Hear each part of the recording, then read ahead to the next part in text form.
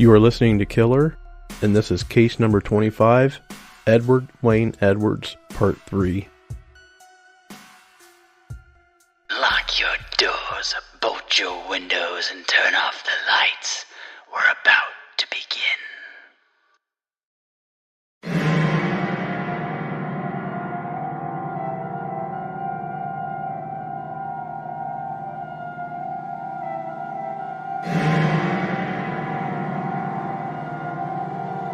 The story of Edwards doesn't end with the double murders of Tim Hack and Kelly Drew, Judith Straub and Billy Lavaco, and his dubious insurance fraud plan where he murdered his adopted son, Danny Boy Edwards. It's way deeper than that. Let's dive in and look at some more potential murders. In Portland, Oregon, 19-year-olds Larry Payton and Beverly Allen were last seen after making plans to go shopping at Lloyd's Center on November 26, 1960. They left around 9 p.m. That was the last time anyone would see them. On November 27, 1960, Larry Payton's Ford coupe was discovered parked in a remote Lover's Lane area in Forest Park. His body was found inside. He had been stabbed 23 times and suffered a severe skull fracture. His clothes had mud on them, which may have indicated that he was outside at some point during the attack. The FBI were called in to help in the search for the couple. Allen was nowhere to be found, but her purse and coat were left behind. Her glasses were found in the car, crushed, and her necklace was broken. They found a knife lying on the hood of the car, as well as a penknife or small folding knife on the ground outside. There was a single bullet hole found inside the car's windshield. Investigators determined the shot had been fired from inside the car. Blood evidence was also found inside and outside of the car, and no gun was found. The car keys were also found later in a bush near the car. Investigators immediately began to search for Allen upon discovering Payton's body. A customer from a restaurant in Eugene, Oregon, found a message scrawled on the bathroom mirror which read, "I am held in a brown Ford. Help me." Investigators began interrogating this patron, but later deemed them unreliable because while they could give a description of Allen, they could not give a description of her captor. On January 9th, 1961, her body was discovered in a ravine off of Sunset Highway about 30 miles west of Portland. Investigators found her lying face down, nude from the waist up. She was only wearing dark gray stockings and one shoe. Her ski sweater and blouse were lying nearby. Her hands were bound in a green nylon cord. Near her body was a plastic sheet covered in bloodstains.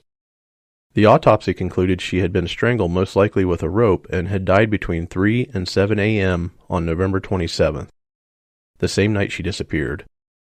Additionally, they felt she may have been sexually assaulted.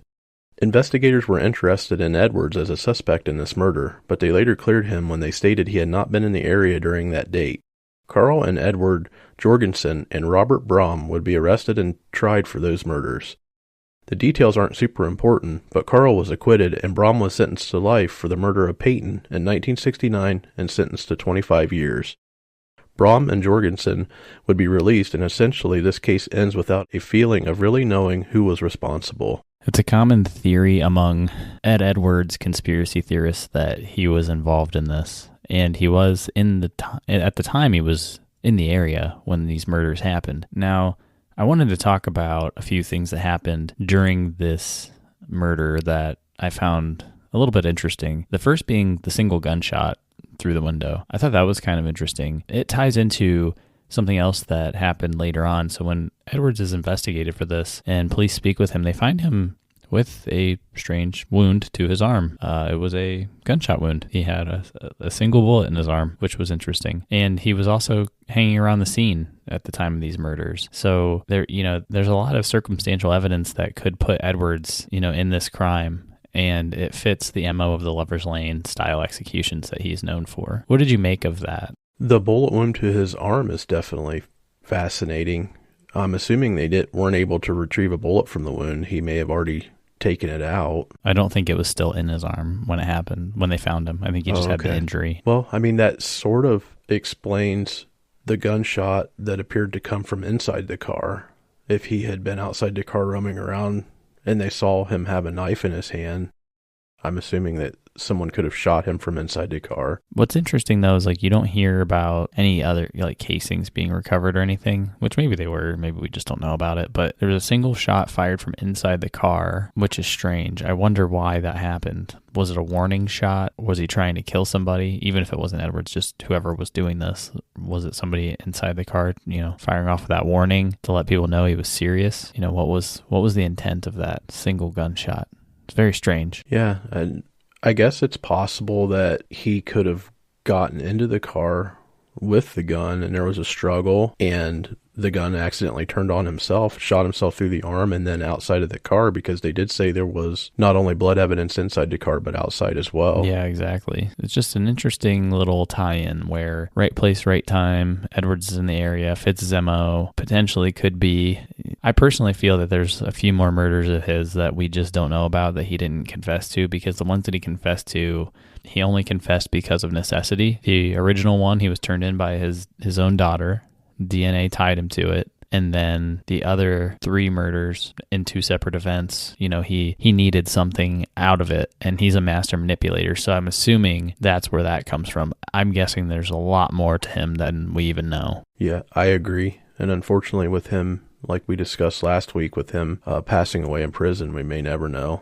Some of those cases will likely remain cold. So let's move on to another double murder that Akron police began investigating with potential tie-in to Edwards. This is from the La Crosse Tribune in 2009. Police in Edward Wayne Edwards' hometown of Akron, Ohio, are now trying to connect the suspect in a pair of Wisconsin killings to the grisly slayings of 2 teenagers in Akron in 1979, the Wisconsin State Journal has learned. Akron police officer Bob Swain said Thursday that police recently got an anonymous tip urging them to investigate Edwards and the deaths of high school sweethearts Mary Leonard, age 17, and Ricky Beard, age 19, whose bodies were found in May of 1985, 6 years after disappearing while they were on a date. Swain, who was assigned to guard the skeletal remains in the rural area when they were found 2 decades ago, confirmed that Akron police are reopening the case. Last week, authorities in nearby Geauga County named Edwards a person of interest in the 1996 shotgun slaying of a young man who once lived with Edwards in rural Ohio. Geauga County Sheriff Dan McClelland said his deputies in Ohio want to talk to Edwards about the death of Danny Boy Edwards, who stayed with the Edwards family for about a year after he left a foster home. Leonard and Beard, the Akron teenager, were last seen leaving her home in his car, headed for a local drive-in theater. The car was found abandoned the next day on a lane in a rural township with a bullet hole in the windshield. 6 years later, the couple's remains were found about 6 miles from the car. Examination at the Smithsonian Institute revealed Leonard had been stabbed in the chest and shot, and Beard had been shot multiple times. In 1996, psychics Lori Campbell and Pam Coronado examined clues on a Discovery Channel television show, but no one was charged. On Thursday, Edwards waived his right to a preliminary hearing in the 1980 Wisconsin killings of Kelly Drew and Timothy Hack, according to an amended criminal complaint in that case. Edwards told police he had had sex with Drew, then watched as 2 men beat and stomped the couple to death. Their bodies were found 2 months later in rural Jefferson County. So we have another set of murders aligning very similarly with the rest, including the Peyton Allen ones that we just discussed with the bullet hole in the windshield. There's definitely some smoke to this fire, but obviously nothing ever came of it. This was back in 2009, so it was obviously written before he confessed to Danny Boy Edwards, because they talk about it in this article here where they're going through and discussing the various aspects of things that they think he might be involved in, and I believe he confesses in 2010 and then dies in 2011. So that's an interesting look into some of the things that investigators were trying to pin on Edwards, and this one does seem like it could have been him, but there wasn't a lot of extra detail brought about relating to, in this article specifically, about where he was when this happened and all of those kinds of things. I'm starting to believe that the bullet hole in the windshield is him circling the car and firing into the car to basically catch these people off guard and scare them, and then he rips open the door and then attacks them. It could be. The only thing with that, though, is so the bullet hole in the windshield a lot of times comes from the inside because there's no other bullet in the car. So that's probably how they know that it came from, inside versus outside. That's true. That's still questionable. It's just strange. It lines up with the Portland killing, with the one hole in the windshield, for sure. Yeah, I could see a situation where he gets himself in the car. Maybe he takes advantage of the woman in the back of the car, fires a shot to let the dude in the front know he's serious, something like that, before he sexually assaults the female. Who knows? I mean, obviously it's pure speculation on my part, but something like that, maybe. I don't know. What do you think about that? That's very possible. If there is sexual assault involved, I mean, he denied it in the one dance hall case where he said it was consensual, but like I said before, I think he's not above raping someone before killing them, as violent as we know him to be. Yeah, he's definitely way worse of an offender than what he lets on. He's a con man. I mean, we've heard it time and time again. You hear him talk about the stories like they're nothing, like they're just basic, everyday, run-of-the-mill events. Like he went to the grocery store is how he talks about murder. So I don't put it past him to, either be narcissistic enough to think that he's having consensual sex with somebody while he has them in a precarious position, or where, he is taking full advantage of this situation and sees nothing wrong with it. So that's the story of Ed Edwards. Except it's not. Not if you're John Cameron. Who is John Cameron, you may ask? John Cameron's bio, according to his own website, coldcasecameron.com, which I highly recommend you visit and view this giant, crazy menagerie of information on Edwards, reads as follows. John A. Cameron is a 55-year-old retired police detective from Great Falls, Montana. His career in law enforcement began in 1979. He retired in 2005 as a sergeant of detectives working cold cases. He has worked on FBI serial killer task forces, catching ritualistic child cannibal killer Nathaniel Barjona, conveniently tied into our last case, Case 24. If you didn't listen, go check it out. His cases have been featured on America's Most Wanted, Dateline NBC, and he helped produce a series known as Most Evil True TV. In 2010, while working as an analyst for the Montana Board of Pardons and Parole in Deer Lodge Prison, Montana, he was in a position to access information that had been kept secret for 55 years, unraveling the most intelligent serial killer ever. The tie-in David alluded to in the Barjona case is that the pair shared one interesting overlap. They both served time at Deer Lodge Prison in Montana. Now back to Cameron. Cameron has some extremely wild claims regarding Ed Edwards. Let's break down a few of the bigger ones now.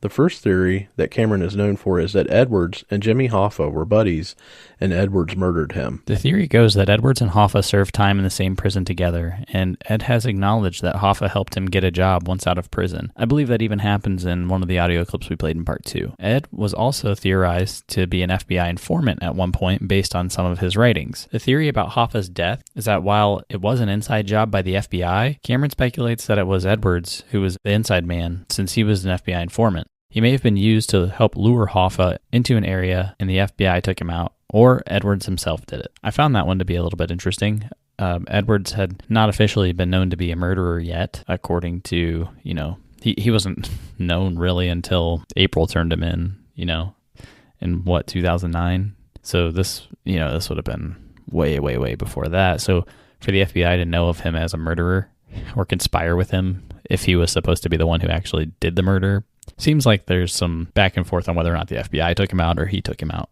from what I was able to read. It's an interesting point that he believes him to be an FBI informant at one point, though. I mean, an informant to what?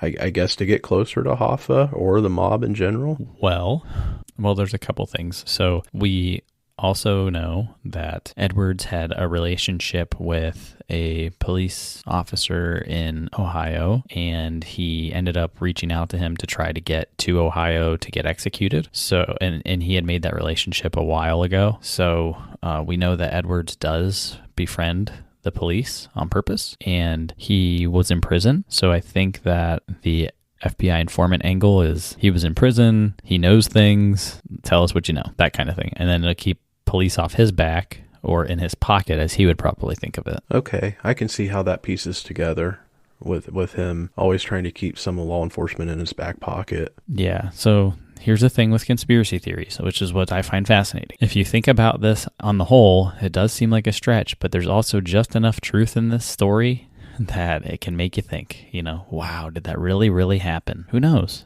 That's what's interesting about it. I completely agree. I mean, and Hoffa is one of the most notorious cold cases of all time. I mean, just the fact that his body was never found, but it's interesting that he pieced together and must have done a lot of investigation to figure out that Ed and Hoffa served time in the same prison together at one point. Just that information alone is very interesting. Yeah, Ed's pretty forthcoming with that, I feel like, especially because Hoffa, was pretty notorious. But like I said, in his interview, he even mentions, yeah, Hoffa got me a job for the local 24 in Akron, driving truck or something, something like that. So that's where that tie-in kind of happens. And I mean, obviously that interview happens after Ed's in prison, but it seems like he would be one to brag about any crazy criminals he shared time with in prison, in my mind. Yeah, I completely agree. But he's smart enough to know that he shouldn't brag about killing Hoffa if he was the one to do it, because that puts a huge bullseye on his forehead. Yeah, no, I don't know that he bragged about killing Hoffa per se. He just says that he knows him, so there's that's where the tie-in happened. That's the nugget of truth in the whole theory is he knows him. He's admitted to it. He admitted to Hoffa getting him a job. Now suddenly someone's tying up all the loose ends supposedly by saying, here we are, and he helped get Hoffa murdered or murdered him himself, so it's kind of interesting. It's definitely a stretch, but it makes you think for sure. Yeah, definitely. All right, let's move on to the next crazy theory. Theory number 2. Edwards killed Lacey Peterson. Lacey Peterson disappeared while 8 months pregnant with her first child around December 24th, 2002. Her husband, Scott Peterson, was convicted of murder and sentenced to death. The actual details of this theory get quite crazy. The high level of this theory is that Edwards has a contract to traffic a baby for adoption. This leads to the abduction of Lacey Peterson. After holding her for some time, she is murdered or dies during childbirth. Yeah, this one is an absolute stretch in my mind. There's no way in hell this happened. No way. Not at all. I don't have a doubt in my mind that this is just bullshit. What do you think? Yeah, it definitely seems like a stretch as well. There must be some sort of evidence linking Edwards to the location or the vicinity of the Peterson family at the time this happened, which makes him think that it's somewhat possible just to be able to put this conspiracy together. Yeah, there is some sort of nugget of truth to the fact that I believe he was somewhere near the area at the time, and it's just enough again, to make you think. And I can believe that he would accept some kind of contract to traffic a baby, because look at the great lengths that he went to bring Danny Boy in, manipulate him, get him to join the military, and put this whole plan together to get his life insurance money. It's possible, but a stretch for sure. Yeah. It is. It's extremely interesting. And so here's the thing. Okay, so there's so much information that is related to Edwards according to this Cameron guy, right? And there's just so much stuff that it's hard to sift through it all. So, I'm trying to keep these, a little bit short in terms of describing what's going on, but there's so much depth to this. I encourage you to go read this guy's website. It is absolutely insane. So there's theories that Cameron tries to tie to him.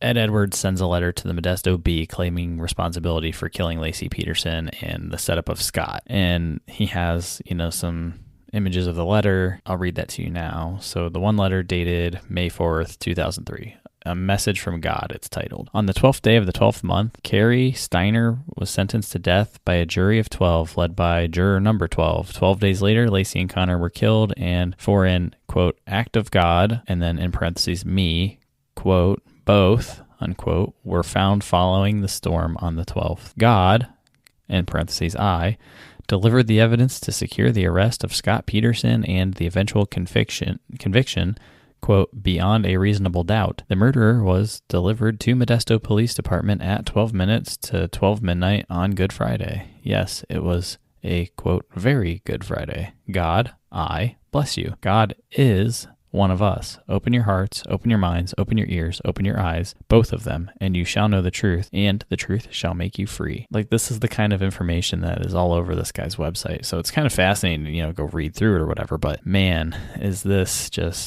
I don't know.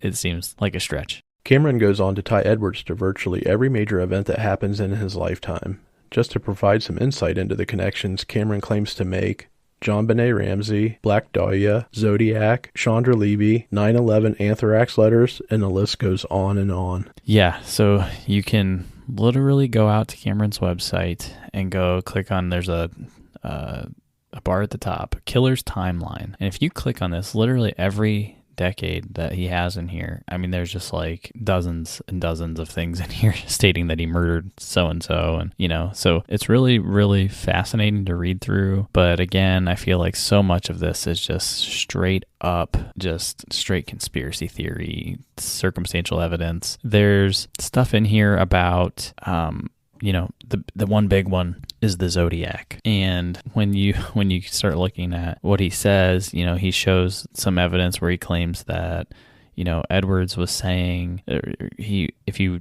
can do the ciphers and stuff, that you find like the killer's name is Edward Edwards or something like that. But I feel like quite a few people have conveniently solved that cipher, which is pretty interesting.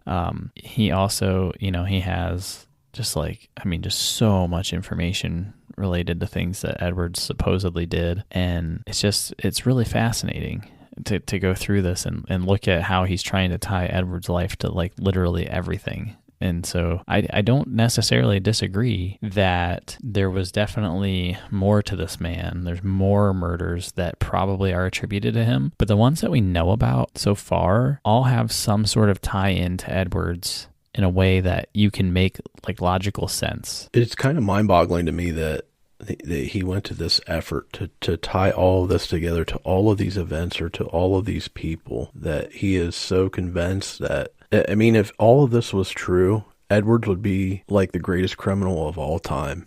And I don't say greatest in a positive note, like the most notorious, I guess I should say, criminal of all time. Yeah. Yeah. And that's kind of what Cameron's whole angle is here, is that Ed Edwards is the greatest serial killer you never knew of. And he has ties to Charles Manson, and, you know, he's trying to tie him to the Zodiac, and he just continues on. It's insane. I just can't believe like the way that all of this, you know, ties together. It's definitely fascinating. And until you had mentioned this conspiracy theory in Cameron, I honestly hadn't heard of him. So I'm going to definitely go out and check this site out for sure. Yeah, he has a whole cipher on here, and it's on the 1960 to 1969 page on his website. And it says the last 18 characters contain Edwards' ID when solved. And so he shows you, I think, the ciphers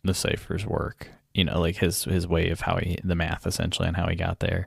And it says the last 18 characters were solved in August of 2010 in Great Falls, Montana. It contained Edwards' ID. I'm Edward E. Vexed IQ hath you greater than I.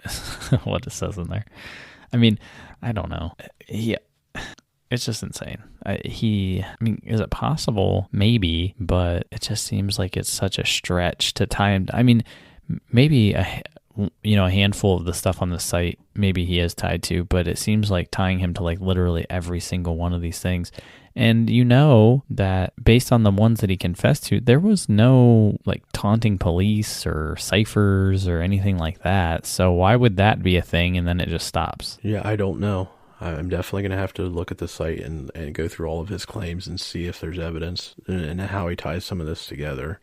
Like I'm saying, what's his motive? And he seems to have a pattern to the people that he has killed, whether they're couples on Lover's Lane. We piece together, you know, the one bullet in the car windshield. But then when you start looking at all these other things that we listed here at the end, why would he even be considered a suspect in JonBenet Ramsey? Or why would he even be considered to be the Black Dahlia or the Zodiac? And what benefit does he get out of sending the anthrax letters around 9/11? Just reading that without actually seeing the site yet, it's just fascinating it definitely piques my interest in going out to see how he ties this stuff together. Yeah, and that's the great part of this whole story. You know, like Cameron goes on to tie him to so many different things that just don't really make a ton of sense. Like JonBenet Ramsey he's tied to. Why? Why would he kill JonBenet Ramsey? And his daughter April even says he would never harm a child unless that child harmed one of his children. That was her feeling. And I can his MO, from what we know, doesn't show that he would. Now, he's a manipulator and a con man, but I don't necessarily think that makes him just a psychopathic serial killer in that regard. Now, he kills people, but he seems to like have a reason for it in his mind. Like, there's not just total randomness. Could he be the Zodiac? I don't know. No one knows, right? No one solved that one. But I find it really, really unlikely. No, I agree. I think we have to leave it to everybody that listens to go out to the site and determine for themselves how they feel about this conspiracy theory and how they feel that he may or may not be tied into all of these different cases. All right, that's it for us this week. Thank you for joining us on the series of Edward Wayne Edwards. This is the conclusion to that series, and we appreciate you listening. We appreciate you telling a friend about the show, and we hope you enjoy your time in quarantine. And for those of you listening to this long after the quarantine is over, hopefully we're in better times. Stay safe.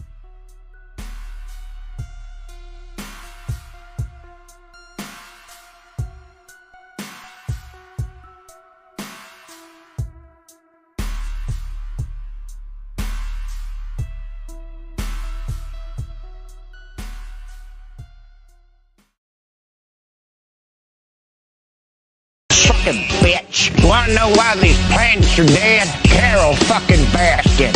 Wanna know how that turd got there? Carol fucking Baskin. Wanna know how I turned gay? Carol fucking Baskin. Wanna know why I can't play a chord right? Carol fucking Baskin. This here dog used to be a tiger. You wanna know how it changed? Carol fucking Baskin. Fucking bitch. Fucking bitch. Fucking bitch. Bitch. Welcome to the Killer Post Show, and there we are introed by the one and only Joe Exotic. All right, man. So I wanted to talk about the Tiger King on this little post show segment this week. What'd you think? I thoroughly enjoyed it. Not from the perspective of it was such a great show and great documentary. I was just intrigued at how wild the characters were and how just brazen some of the stuff that he did was. It just completely blew my mind in some aspects. Oh my God. That's the thing. He was so eccentric, and a lot of the characters in that show were so eccentric, and it was just like it was just like a totally crazy wild ride the whole time. Every episode that's like, wait, what?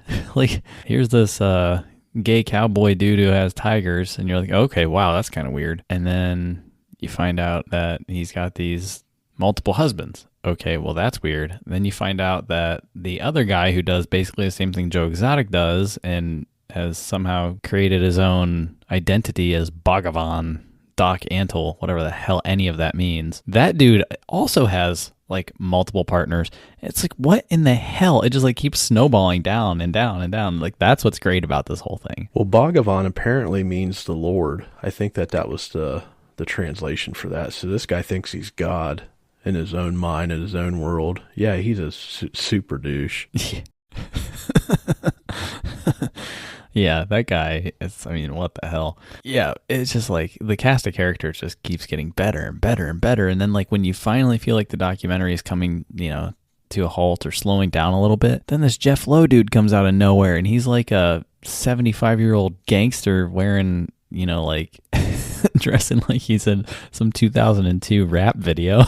Just wearing his Affliction t-shirt and his giant hat and his leather jacket. He just, I don't know. He looks ridiculous. You expect him to bust out with the gangster slang when you first see him. He reminds me so much of, for those of you who have watched Trailer Park Boys, there's a character called J-Rock, and you expect him to start talking like that guy the first time you see him. It's hilarious. Yeah, I was expecting him to bust into like Mo Money, Mo Problems from Puff Daddy and Mace, man. Like, that's what I thought was coming next. And it was just, it just keeps getting crazier and crazier. And then, his husband, Joe's husband, kills himself or whatever. I don't know. I saw a theory. People were talking about that it was an accident. Did you get the impression that was an accident? The sad thing about that whole thing was, at first I thought it was staged because he conveniently was off camera the whole time. So I thought, maybe this is something to play up to the camera. Oh my God, look what just happened, to get that attention. But I can relate kind of like a true story to this, sadly enough. I think I was in middle school, 7th or 8th grade at the time, and I can see this also being an accident. Somebody who messes around with guns and plays with guns, you hear about these accidents all the time. And we had a kid in my class who was joking around with a friend of mine, and he completely thought the gun was unloaded, and he put it to his head and pulled the trigger, and there was a bullet in there that he had forgot to remove, and killed himself. And Yeah, this was like 8th grade, and my friend witnessed this, and so I can see it being an accident. And, the guy on the show was notorious for being high all the time, whether it was meth or marijuana. So, I mean, he could have not been in his right mind at the time and thought the gun was unloaded, just dicking around with that guy. Yeah, I personally feel like it was intentional, but I feel like the documentary led you to believe it was intentional. And then, I just saw some people talking about it later that said it wasn't intentional or they didn't think it was, and I never got that impression at all. Now, when we also mentioned like he was off camera, there may have been another camera angle. They just didn't want to show it to you. True. And I have to believe there was, because there were cameras all over that compound. I mean, a camera followed Joe Exotic, it seemed like 24/7. Oh, yeah. All right. So the great question in all this is, what do you think of that bitch Carol Baskin? She for sure killed her husband. I would stand behind that. And I'm sure her tigers ate the evidence. Yeah, I'm not necessarily opposed to that either. I think she definitely did something. I mean, I don't know if she fed him to her tigers, but she definitely got rid of him somehow, right? The thing with these documentaries is they're sensational and they leave out a lot of information, and I never went back and researched, so I don't know. But based off this documentary, it makes a pretty compelling case that she definitely did that. Especially the one part where right after Joe was doing that one video, or he was filming something, and that tiger got a hold of his foot and started to drag him away, and she's like, if somebody must have put something on his shoe. I think she made a comment like, if you want a tiger to eat somebody, you put some kind of fish oil on their shoe and that'll take care of it. Yeah, right. Oh man, yeah, she was something else, man. That woman is nuts. The other thing that struck me is like how many people you can get to work at like a tiger zoo and pay them next to nothing and feed them Walmart truck food. Yeah, expired Walmart truck food at that. Oh man, how gross was that? Nasty. But I'm glad you mentioned that, because you look at Doc Antle and his whole compound that he's created down, in Myrtle Beach area.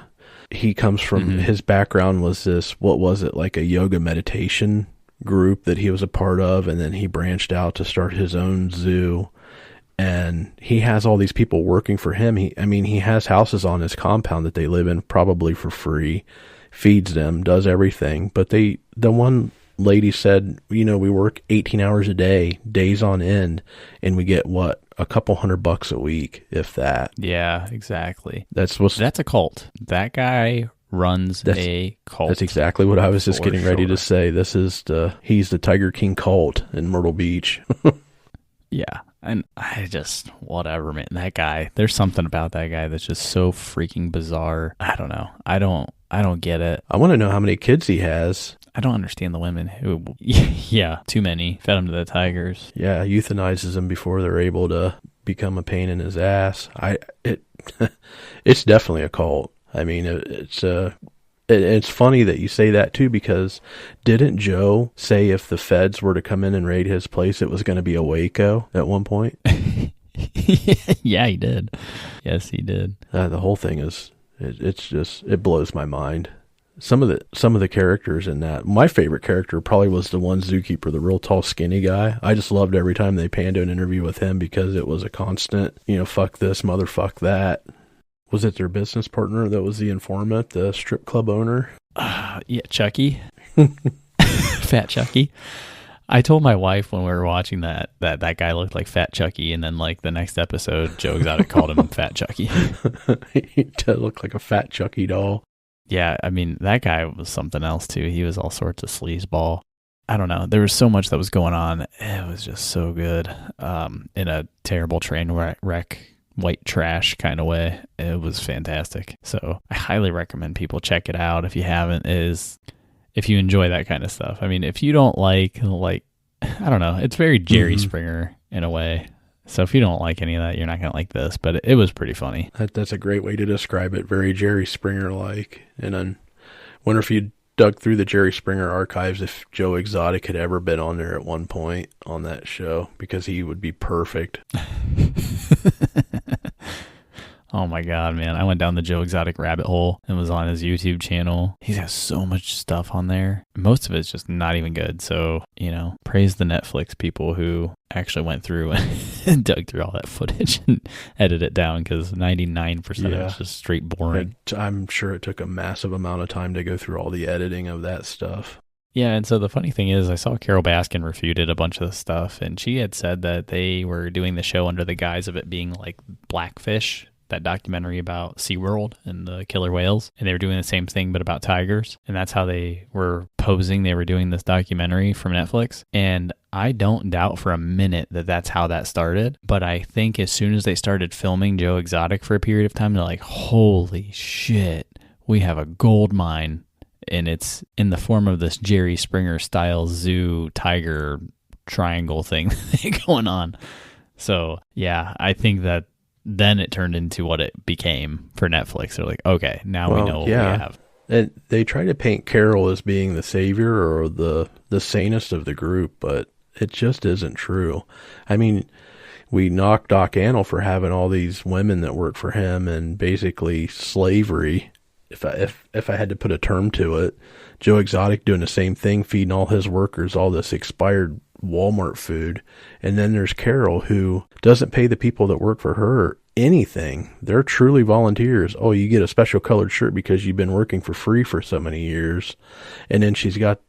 People who do that are stupid. Like, never take an unpaid internship. Yeah, I'm going to do work for free. No doubt. Fuck you. No way. But then there's her... No way. Her crazy husband, who he tries to come across as appearing normal when they talk, and maybe he is highly educated and talks well and whatever, but then you see the pictures of him kneeling down to her on a leash on a beach. It's like, that guy likes watching her have sex with other men. I thought maybe that 100%. I thought maybe, wow, 100%. Probably so. He's such a cuck. Like, there's no way. I can see it. I can see them being into the furry community too. Just the way that they dress and act. Oh, Jesus. Yeah, they're into something, all right. And all right, so parting words, I will leave you with this. If you ate the pizza at the zoo, I hope you were able to not throw up.